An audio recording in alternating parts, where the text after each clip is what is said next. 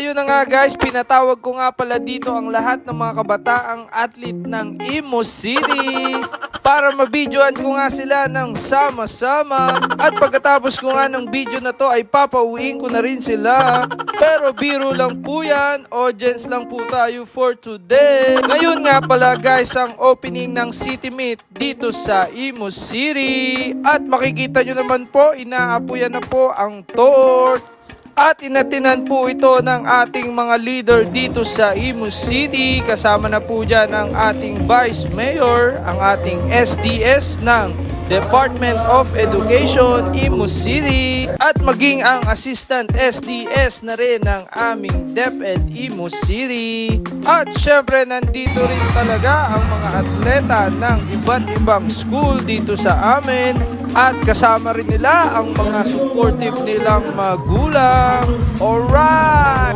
Ganon din ang mga coaches at mga official na mamamahala ng mga laro dito sa City Meet. Shoutout po sa inyong lahat! Alright!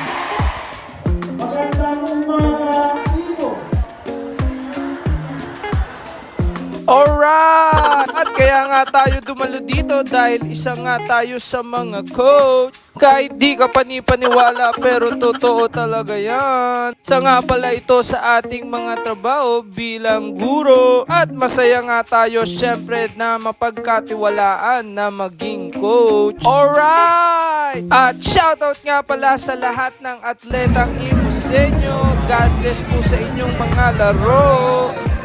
1, 2, 3. Alright! Alright! Mga negosyo!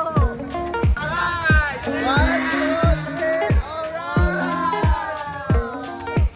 At syempre may nakita nga tayong fishbowlan. At bago bumalik sa school ay kakain muna tayo. At dito ko nalaman na piso isa na pala ang fishbowl ngayon. At shoutout nga pala sa iyo ate, ang sarap ng sauce mo. So nakabalik na nga tayo sa school kaya trabaho muna. Kaya paalam guys, alright!